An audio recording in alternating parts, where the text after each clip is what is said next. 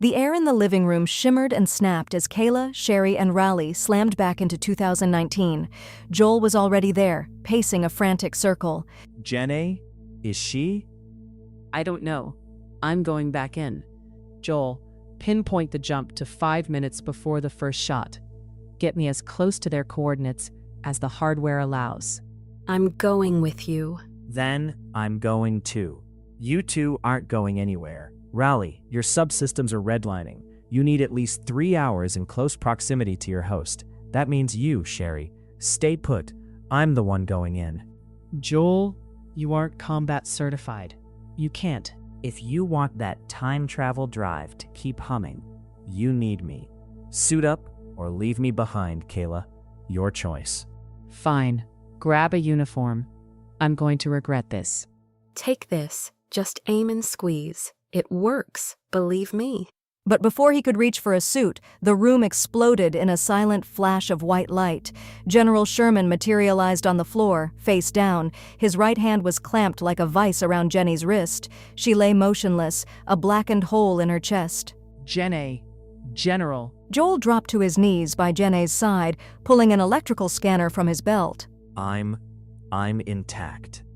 But Jennae took the full force. There were Raleigh units everywhere. Dozens of them. And then the clones arrived. These new units have masking tech I've never seen. She still has core logic activity. General, help me get her on the table. Kayla swept the dining room table clear. Together, they hoisted Jenny's limp form onto the wood. Sherry and Raleigh stood back, hand in hand, the silence of the room feeling heavier than the chaos they'd just left. General, can you assist? I have to bypass the scorched circuits and manually bridge her neural link. I'm at your disposal. Kayla, take them to the living room. Debrief Sherry. We'll call if we need you. Come on. She's in the best hands possible. They sank into the mismatched furniture of the living room. The smell of burnt ozone drifted in from the kitchen. So tell me everything, Sherry. What did you see? It was a white room. No windows, no shadows. I lost track of time, but I think it was 4 days.